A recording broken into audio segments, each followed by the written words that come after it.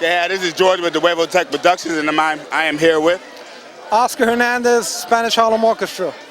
Okay, we're in Cozumel, and these guys are getting ready to perform. It's a little rainy, but you have a lot of people here. It's a good crowd. We're really anticipating it. Oscar, how you feel about playing tonight?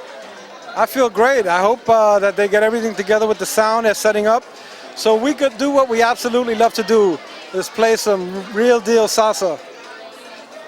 Hey, we saw you in Philadelphia. That's where our company is from, and it was a great show. Who was able to bring you there, and how often do you try to get to that part of the country, and do you plan on coming back to Philadelphia anytime soon? Well, that was the Annenberg Center that brought us down, and you know, Philly's a great town, and it has a great salsa fan base of people, so we feel that's another place that we can go to play and have our people there supporting what we do. As far as when we can get back there, I don't know. I hope it's soon, though, because I love Philly, you know. I go out and make sure I have my Philly cheesesteak when I'm there, you know, my hoagie, and I have a great time in Philly, you know. Yeah, we would definitely love to have you. You guys are excellent. Now, we know that you're in the studio right now working on a new album. It's the third album. Can you tell us a little bit about some of the artists you're working with and the direction you're looking to go with this new album? Well, the new album is basically some more of the same. Some rock'em sock'em kick butt salsa music at its highest level, we feel. We went into the studio about a month ago now, and really happy and excited with the results. I feel we have another great record on a musical level. As far as people, one of the guests on the record is going to be Paul Simon. So yeah, so I'm really happy. I got to work with Paul on the Cape Man, and I asked him if he would be a guest, and he was excited to do it. So we're extremely excited to have him. It's an honor for us to have somebody like that. That's going to be incredible. Do you know around the time that may come out, when should we anticipate that album? I think we just finished it. We're handing it back to the label the end of December because we're mixing it. They're talking about a May release. So that's what we can expect, May sometime. Well, we'll definitely be looking out for that. Now, with the way dance has changed, I'm actually a new dancer myself, been dancing about 4 years, and the styles.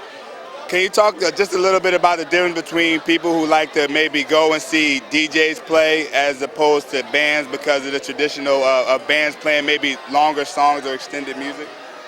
Well, basically, this is dance music at its core. You know, we like to feel that there's other levels to it. Obviously, you can sit down and enjoy it just from a listening point of view, as many people do. But back in the day, it seems like the dancers used to just really get into the dancing aspect just for the groove of dancing with a partner and to be into your partner as you groove to the music that you were listening to, and also grooving to a live band.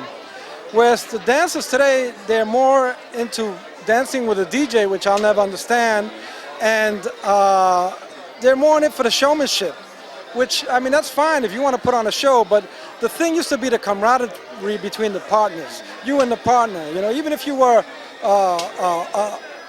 romantically involved or not, you know what I'm saying?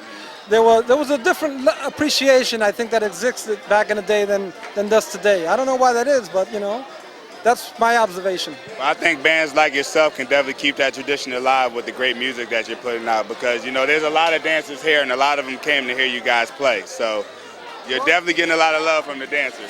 Well, I hope so. I like to think that we play dance music at the highest level also, because the groove is pretty serious. If you heard the band, these are some serious groove players, and that's what dancing's about. So real quick, what's maybe your next stop, and where can we find you? Maybe website or a place if we want to go ahead and just find out what the Spanish Harlem Orchestra is going to be doing in the near future. Well, we're back to New York next week, where we have 2 events, one at Westgate and one at the Copacabana. Then after that, we're off for the holidays, and our next stop is we're doing a tour of the West Coast. You can check out our website, www.SpanishHarlemOrchestra.net, and it shows our calendar.